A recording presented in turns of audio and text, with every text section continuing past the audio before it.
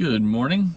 All right, so this is day 6 of 30 for this challenge with my wife, and I was sitting here and I was watching traffic kind of flow past here where I eat breakfast in the morning, right?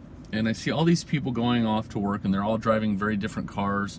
They're all going to different places to work, and what I find interesting is how well we get along, right? I know right now we're talking about a lot of divisiveness and polarization. And I think honestly a lot of that is just due to like social media and stuff like that. But when I'm looking at all these cars, right, inside each of these cars is a different family. Some people are crying, some people are laughing, some people have couples with them, some are workers, right? And I just look at all this and I'm like, such a diverse group of people, each with their own individual lives in each of those cars, going to do or live or have experiences. But in that, there's a commonality, right?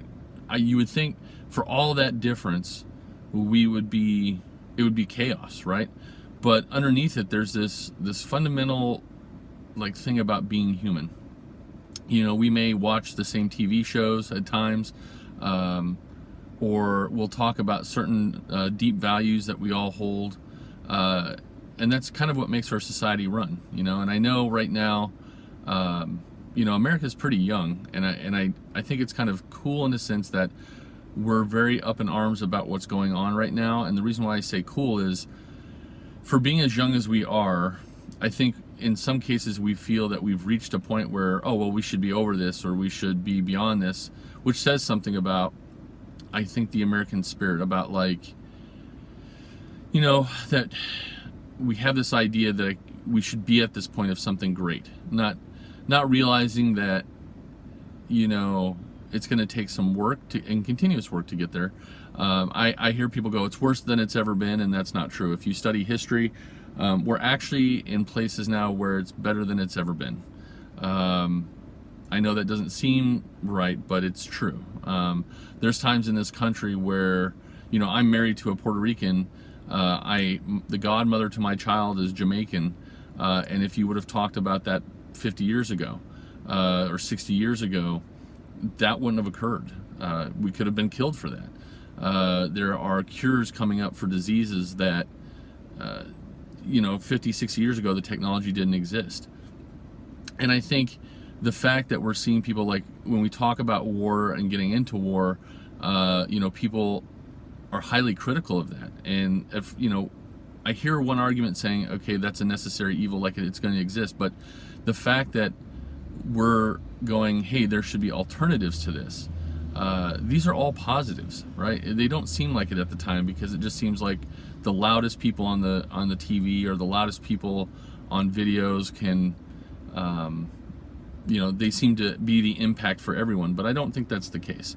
And I look at all these cars going off to work and all these cars driving, and then we're all kind of flowing together, right? And somehow we're coming together in societies and making it work, right? And so I think we need to remember that. I had a great conversation with a friend yesterday, and surprisingly, and I didn't know this, she shared an opposing viewpoint. I wouldn't have thought that about her, right?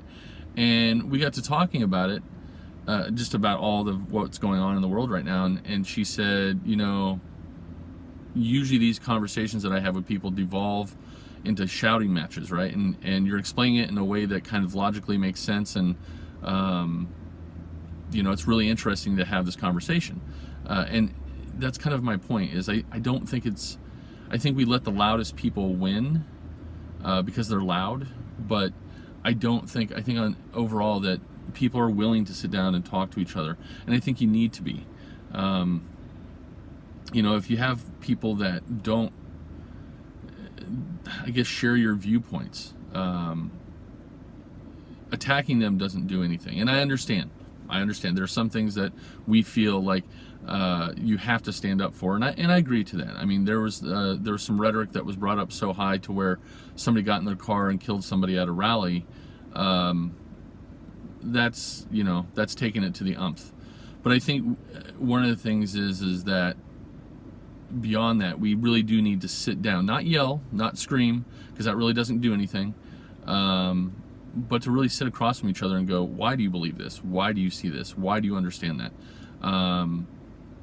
can we find common ground and see why, I see right now, my wife and I were talking about how men behave now, and like how I was raised to, you'll have older generations that were brought up in a certain way. They understood men to be a certain thing, and they're aging, and that definition is changing. And so, you'll see younger folks or my generation kind of chastise them for their behaviors.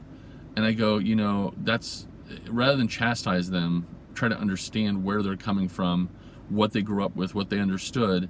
And it'll be interesting to see the generations now that believe themselves to be very enlightened. And we are in some ways, but I would be curious to see 20 years from now and the next generation that comes up, how do they view that older generation, right? So I guess my thing is what I'm really trying to convey to everybody is just be humble, be open, be willing to listen. And like I said, there's times that you have to stand up for things, for justice. If I was sitting here and I think I saw somebody, a friend of mine actually, she's from the Dominican Republic, or her family is, but she's from here. And somebody said recently, because of what's in the news, she said, I was actually told to go back where came from, and she's from here. If I was standing next to her and because she felt really upset about the whole thing, I would step in. But at the same time, that conversation, if it wasn't threatening to her or hurting her, I would look to the guy and go, where does that come from? Like, where does that conversation come from? Like, why are you even saying that? Just because she has an accent, like, do you think that she doesn't share the same values, etc.? So, but that's for today. This is 7 minutes. Like I said, I'm trying to keep it under that 10-minute mark.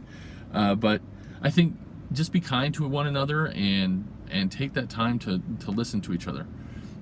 We have the power, and folks don't understand that. We can have pundits and we can have politicians, and they can all go on the news and they can all talk very loud, and we can have talk shows, but we the people have the power to bring the temperature down of the society, right? We can stop the polarization if we just stop and talk to people and listen to people and genuinely try to hear each other, and then see where we can go from there. Because I think, like I said, as I look around, there's some mutual values that are in this country. I think a lot of us are proud to be here. I think a lot of us do believe that this is a good nation. I do believe a lot of us see, even those that they'll say, I'm very proud to be an American, they still see that there's work that can be done, right? We're young. We have that ability to keep trying to be better. So thanks for listening, and we'll see you tomorrow.